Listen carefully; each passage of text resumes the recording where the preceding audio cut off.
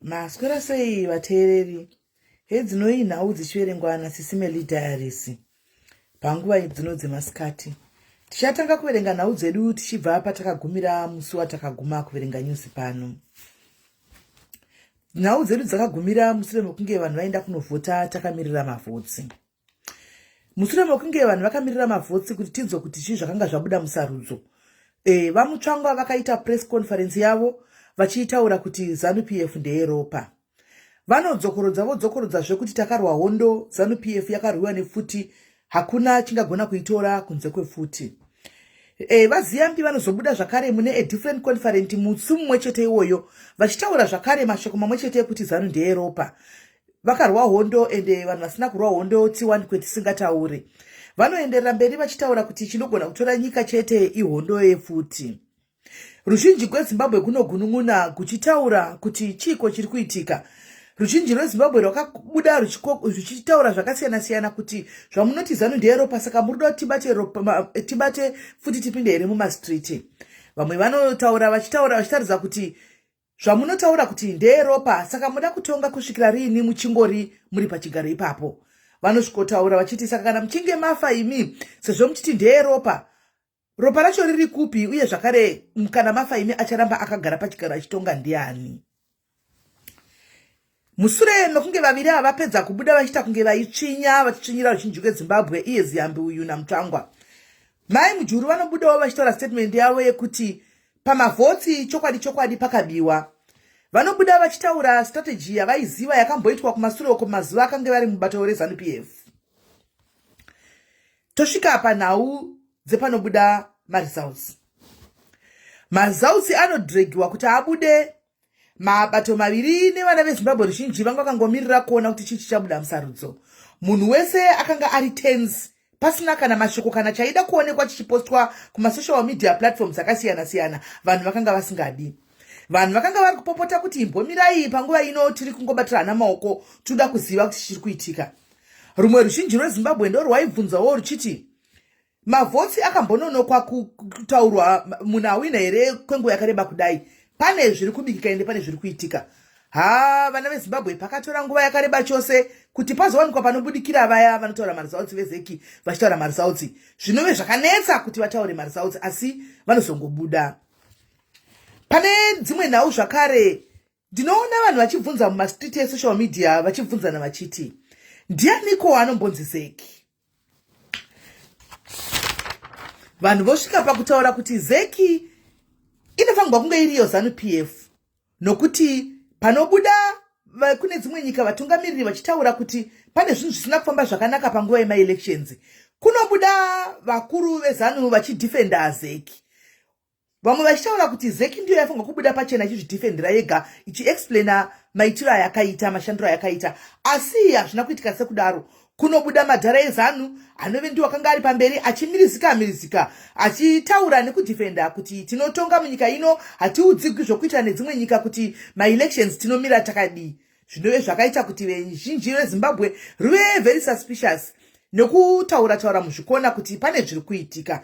Asi zeki yacho ndiyo ZANU here? Sei ZANU-PF yabuda ichidhifenda zvinhu zvinofanirwa kunge zvichitaurwa nevo vezeki vakazvimiririra, asi chigumba hachina muromo here?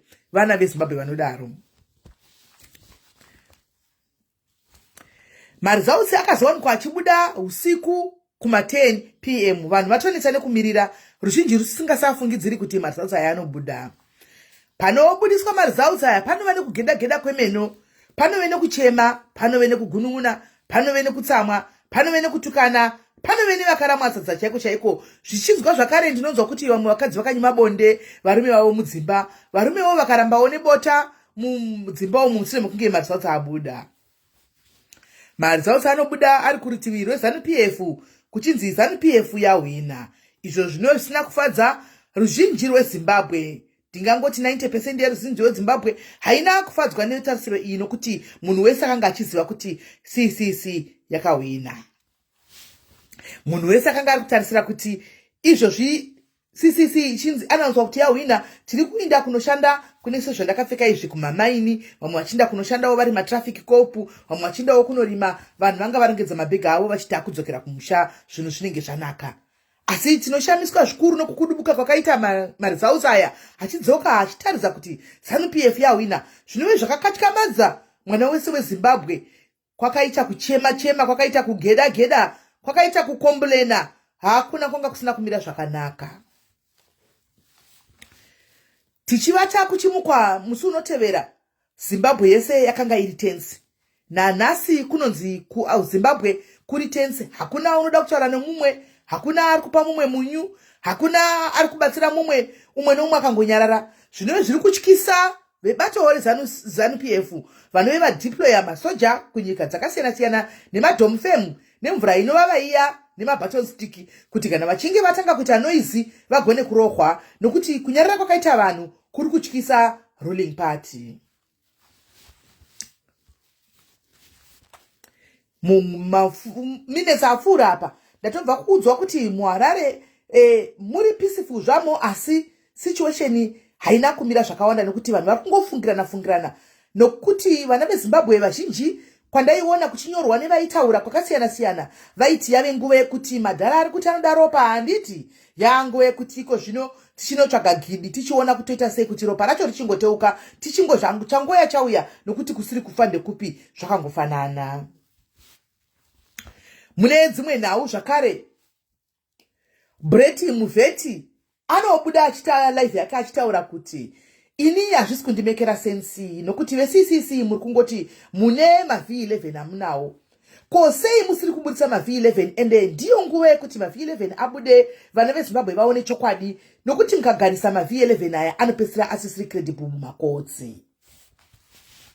Uyu murungu wekuZimbabwe anotaura chishona. Mushure maizvozvo, madhamu vanonzi Chigumba vanobuda vachitaura kuti, vachibvunzwa nemajournalisti vanobuda vachitaura kuti ivo havana masimba ekuita maregulations nemarules emuZimbabwe. Vanotaura kuti dei vanga vaine masimba ekuita maregulations nemarules muZimbabwe, hingadei kudhara vakaita zvinhu zvinoita kuti vana veZimbabwe vafare, asi nekuda kuti mapowers avo ari limited, ende kune kwavanoudzwa zvokuita maoko avo akasungwa. So ndinozoona vamwe vana veZimbabwe vachitaura zvakare kuti saka Chigumba vabvuma kabisira kuti ivo vanoudzwa zvokuita, vanopiwa ma-instructions, havagoni kuita zvinhu vakazvimiririra sezeki. Vana veZimbabwe vanopfuurira mberi vachitaura kuti munoda confession inodarika ipi kune yaitwa nemukadzi uyu anonzi Chigumba. Ndizvo zvaatotaura izvozvi, ndizvo zvikutoitika, ndo chokwadi chiripo. Hazvina zvatinogona kunzi vangaita kunze kwokuti vanotopiwa iri instruction. Zvinova zvinoita kuti vazhinji vana veZimbabwe vaite kakubvumirana nazvo kuti aiwa kune ari kutonga ari behind. Mune dzimwe nhau, Apostle Talent Chivengwa vanobuda vachiti vanhu ngavafe, nokuti hakuna munhu angaita 100 years kana 80 years agere pachigaro. VaChivengwa vanoti zvema-elections muZimbabwe hazvishandi, nokuti panobirigwana. Naizvozvo vanongotaura kuti vanhu ngavangopinda mastreets vainde kuhondo. Zvakare VaChivengwa Talent Chivengwa vanotaura vachiti munamato wakufungwa kuti uchiitwa ndewokuti vanhu vachingofa.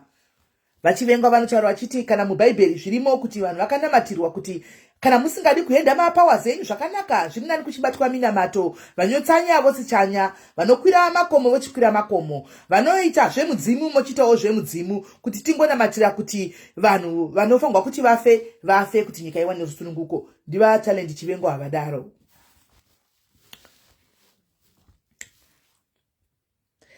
Pane dzimwe nhau zvakare, vaScott Sakupwanya vakakudubugwa kunzvimbo yemabvuku vaya vanodzokerazve zvakare kunzvimbo yemabvuku mushure mekunge mazautsi abuda, vachinozvisimbisa nokusimbisa vana vemabvuku kuti aiwa ina handisi kuzobvisa zvibhorani chandakaisa pano. VaScott Sakupwanya vanoenderera mberi vachitaura kuti mwana wemumabvuku chibhorani chicharamba chiripo, ende vachatoita kuti vazviwedzere kuti vanhu vaona vachitora mvura. Vanoenderera mberi vachitaura kuti vachabhadharira vana maschool fees vekumabvuku gore rose. Vanotaura vachiti vari kutozama kuti kuda vari kuitira zvakanaka vana vemabvuku vachimirira pachauya pasarudzo dzinotevera. Ndichiona vanhu vachitaura nokukomenda mastreets esocial media, vanhu vanga vachiti uku kudokambeinira nekuda kutokambeina zvenguva inotevera mavhotsi anouya kuti avhotegwe. asina izvozvo vanhu vanotaura kuti vana havana kufusa, vanhu havana kufusa, mvura tichashandisa, zvizhinji tichatora, school fees tichabhadharirwa, asi tichangoziva pekuvhotera nokuti taneta. Saka mune dzimwe nhau tiri kuti vana vemabvuku netafaraiwa mungasununguke zvenyu, mvura yenyu iripo, chibhorana chiri kujunugwa chicharamba chiripo, shandisai mvura semashandisiro chaiwo pakusimuso kuvhota, musi wapekuvhotera. Mune dzimwe nhau takananga kumarondera. Ward 10 councillor vanonzi Nelson Mukwena vanoshayikwa, vanodisappear, vanoshayikwa, vari kutsvagwa vachishayikwa mushure mokunge vaonekwa vachizvuzvurudza mumwe muyuthi weZANU anove akanga adisturba conference yeCCC. Pakanga pachibuda spokesman weCCC achida kupa vanhu feedback nekumirira kwanga kwakaitwa maresults. Vafana veZANU PF vehondo ava vanowanikwa vachiinda kunodisturba nekuda kukanganisa runyararo rwakanga ruripo kuti CCC isaite mapress conference. Vanhu vanosvika pakutaura kuti munorambidza CCC kuita press conference, imi mabata maconference mangani panguva ino. So zvinoita kuti sevanhu veCCC havasi vanhu vehondo, nokuti mutungamiriri wavo weCCC munhu anonamadza, munhu anoziva Mwari, haakurudziri hondo, anokurudzira runyararo. Vanosvika pakurega havo vachizvuruvhudzwa nehufana uhu hwekumarokesheni hwakanga husina kana bhutsu, hwanga hune bhutsu yakanga yakabouka nechipamberi apo. Vaonekwa vachizvuzvurudza kudaro, vanozoti panguva yekuenda kumba vanotogwa nemota isingazikamwi, vopinzwa mumota voshakwa kuti vafamba sei. Zvinove zviri kuita kuti vari kuve vari kutsvagwa nemhuri yavo nevamwe vavanoshanda navo kuti ko vakafamba sei vari pai. Saka vana veZimbabwe kuri kungokurudzirwa kuti muite munamato, kuti munamatire baba ava vawanikwe vari vapenyu, vadzoke zvakare zvakanaka. Nokuti takanzwa kuchinzi democracy takapuhwa. Saka democracy yacho vamwe vanozotaura vachiti iri papiko kana vanhu vachishayikwa vachitogwa nguva nemisi every time. Pakanzi pataugwe zvazvinonzi titaure, tinowanikwa tichinyararidzwa. Saka muri kuti democracy tinayo here kana kuti upambe pfunhu ubatirigwe watiri kuitwa? Tobva ipapo tinoona press conference imwe inoitwa neZANU PF vachitaura kuti kwanzi in fact ndiva ED Munangagwa vakabuda vachitaura kuti ini ndinofara chaizvo nokuwina kwandakaita. Mashoko kuvana veZANU PF vemuZimbabwe kuti makaita basa, makavhota, makauya neuwandu hwenyu. Vanoenderera mberi zvakare vachitaura kuti kana anoona sokuti hana kufara nezvakabuda musarudzo, munoziva kwekuenda, endai kumakotsi. Vanotaura zvakare vachiti asi hatisi kuramba kushanda nevamwe mapato, vanogona ngoya toshanda tose, ngatibatanei.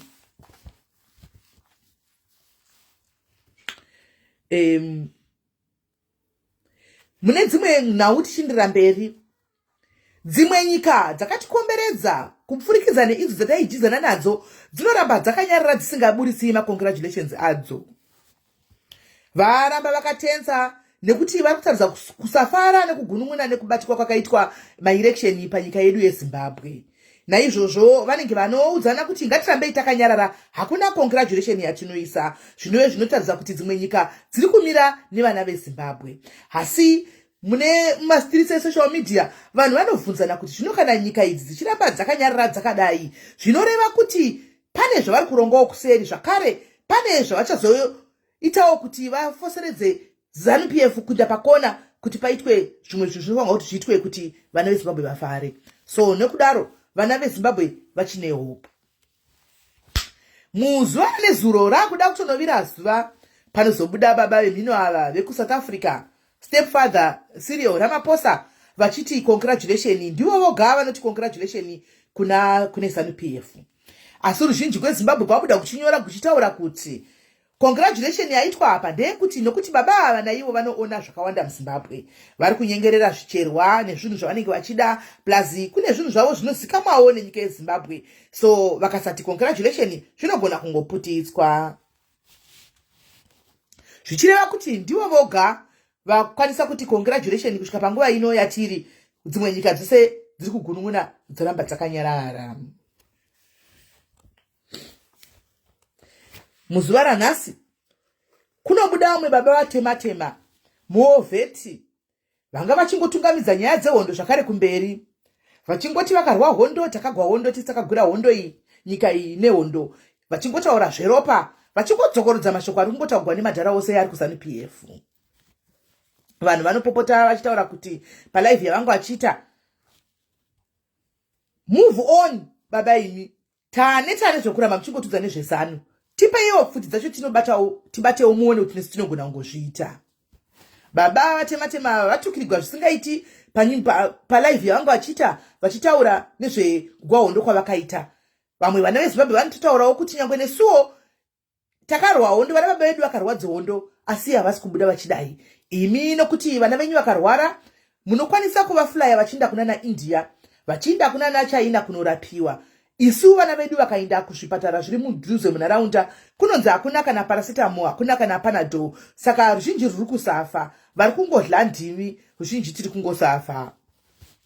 Vana veZimbabwe vanoenda vachipenga palive yaitwa nababa ava vachitaura kuti baba imi garai pasi mudzikame, nokuti maa munhu mukuru tinokunyarai, hatidi kutuka munhu mukuru nokuti tinenge tichirespecta plus hatidi kutanda ngosi. Baba vanoramba vachindira mberi vachiumana vachitaura zveropa nekugwa hondo kwavakaita vaGhetto Youth nema 2000 nyangwe nesuwo ma70s tinobudawo ma-late 70s vanobudawo tichipopota tichitayi waka hamungaramba muchingotudza zvokuti hondo imhosva yedu here kuti hondo yakarwiwa tisati tazvarwa. Zvakare imhosva yedu here kuti hatina kukwanisa kubikira hondo vanhu chikafu nokuti kwanga kusati kwave nehondo ichi. So naizvozvo ini ndakamiririrawo ma-late 70s nema-80s nema-2000 nema-90s ndiri kutaura kuti ndakazvimirira semuverengi weNyau ndiri kuti vedu wee tisunungureiwo vanhu veZANU-PF. Hondo dzamunoramba muchingotaura muchingotiudza idzi takanga tisipo panguva yamakaita hondo tu. Mukore uno muri kutaura nyaya yepisi, muri kuzvikontradicta. Pamunotaura nyaya dzepisi muchipedza munobva mataura nyaya futi nenyaya yehondo. Saka muri kuzama kuti vana vaite sei, muri kusenda signal ipi. Tiri muna 2023 taikumbirawo kuti muite move on, tachikumbirawo kuti dai mamboisawo new blood kumberi timboona zvavanotitirawo. Nokuti chatiri kuziva 5 years dzikakwana muripo pachigaro munofanirwa kuti muburuke kupinde mumwe, asi sekuziva kwedu isu sevana veZimbabwe muchangoisa mumwe ari mupati yenyu iyoyo. Saka hapana zvatinenge taita, inongonzi jumping from frying pan to the fire. Tichikonkluda nhau dzedu dzezuva ranhasi, muimbi wakuSouth Africa anonzi Makadzi anoita vhidhiyo yake achitadza kugunun'una zvikuru sei achitaura kuti wangidi oro wangadi wakamusaboteja pashow yake. Anobuda achitaura achigunun'una muvhidhiyo yake achitaura kuti vakashandiswa kuti vapromote wangadi. Vanhu vanozomukorekta kuti haiwa anonzi wingidi. Zvakare vana veZimbabwe vanojamuka vachituka vachimutukirira vachimuudza kuti sit down, iwe haungapromoti wingidi chibaba chako. Vana veZimbabwe vanotaura vachimuudza kuti wingidi idhara rako, respecta wingidi and put some respect on wingidi's name. Anoti aona kuti vana veZimbabwe vagumbuka, vana veZimbabwe vamukuzvuzvurudza, vana veZimbabwe vamuita inogara yakadaro. Anobuda achinyora neshona achiti nditori chizvagwa chemunyika, ndiri mwana wevhu. Zvinove zvaita kuti vamwe vati alright nokuti wanyora neshona takuregerera. Asi vamwe vanoti handwriting yanga ichibuda kunge iri yanga iri yaLorraine, vamwe voti handwriting yabuda ichita kunge yanyogwa naWagwizi, vamwe vobuda vachiti handwriting ine yabuda mazita akawanda wanda kuchinzi ndo vamunyorera, vamwe vakati manager uyu wake Brown unenge ndiye wanyora. Saka zvisinei vana veZimbabwe vamwe vazokwanisa kumuregerera asi vamwe havana havo kuzokwanisa kuti vamuregerere. Vamwe vachitaura kuti kwanga usingazivi wingidi wakuchifangwa kuti uchiziva wingidi. Chakaita kuti wingidi apiwe maminitsi akaimba iwayo akawanda ndechekuti ruzhinji rweZimbabwe kwakanga kwakamirira wingidi kwete iwe.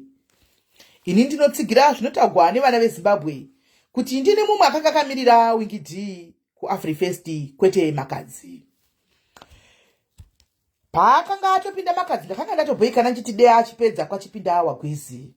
Zvinowanikwa kuti unowanikwa achizoramwa pastage, achizobva pastage achiramwa kuimba, achidzokera kumashure. Zvinoita takagamuchira hedu nokuti takanga tafadzwa negafa redu. Ndo nhau dzatanga tinadzo nhasi muchikamu pano paDiaries muzuva ranhasi. Ndichiti zvakare musaenda kure, nhau dzaperera pana, tiri kudzoka nechimwe chikamu chechipiri chinonakidza chose. Rambai muripo, stay tuned and keep on sharing nhau dzedu. Ticharamba tichingokupai nhau dzemutakunanzva dzinonakidza. And this is only for entertainment purposes. Tosangana zvakare mushure mema minutes anokwana kuita 5.